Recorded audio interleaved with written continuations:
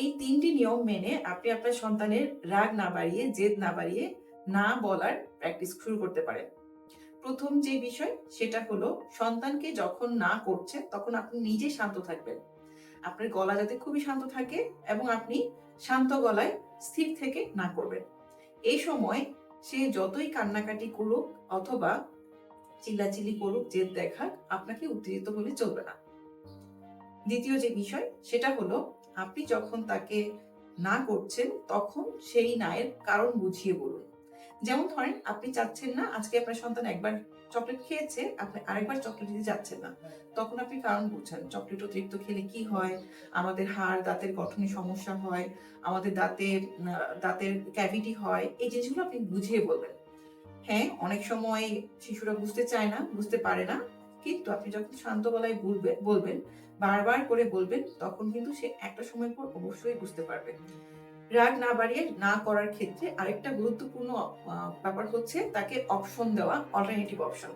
যেমন ধরেন সে চাচ্ছে যে কোন একটা জায়গায় গিয়েছে, যাওয়ার পরে সে বলতেছে যে, "এখানে অনেক শব্দ, অনেক মানুষ, আমার ভালো লাগতেছে না, আমাকে মোবাইল দাও, মোবাইলে গেম খেলবো।"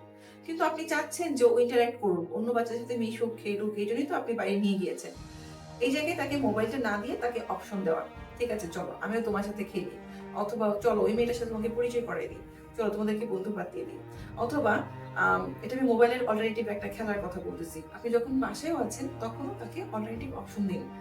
সে যখন বলতেছে যে আমি এখন চকলেট খাবো, আপনি জানেন একটু পরে তার ভাত খাওয়ার সময় তাকে চকলেট খাওয়ার পরিবর্তে আপনি বলতে পারেন, আচ্ছা ঠিক আছে চলো আমরা এই অপশনটা বাদ দিয়ে আমরা ভাত খাওয়ার সময় যেহেতু চলো আমরা ভাতটা খেয়ে ফেলি।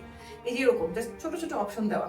অথবা সে একটা খেলনা চাচ্ছে, তাকে ওই খেলনাটা আপনি দিতে চাচ্ছেন, আপনি অন্য একটা খেলনার অপশনটা দিন।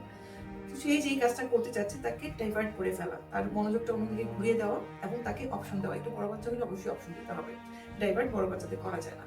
তো আপনি যদি এই নিয়ম মেনে শান্ত থেকে আপনার সন্তানকে না বলার অপশনটা দিতে পারেন এবং না বলাতে প্র্যাকটিস করাইতে পারেন, তাহলে অবশ্যই, অবশ্যই পরবর্তীতে সে খুবই স্ট্রংলি তার নেগোসিয়েশন পাওয়ার যেমন হবে, ঠিক একইভাবে তার চারিত্রিক গঠনও মজবুত হবে।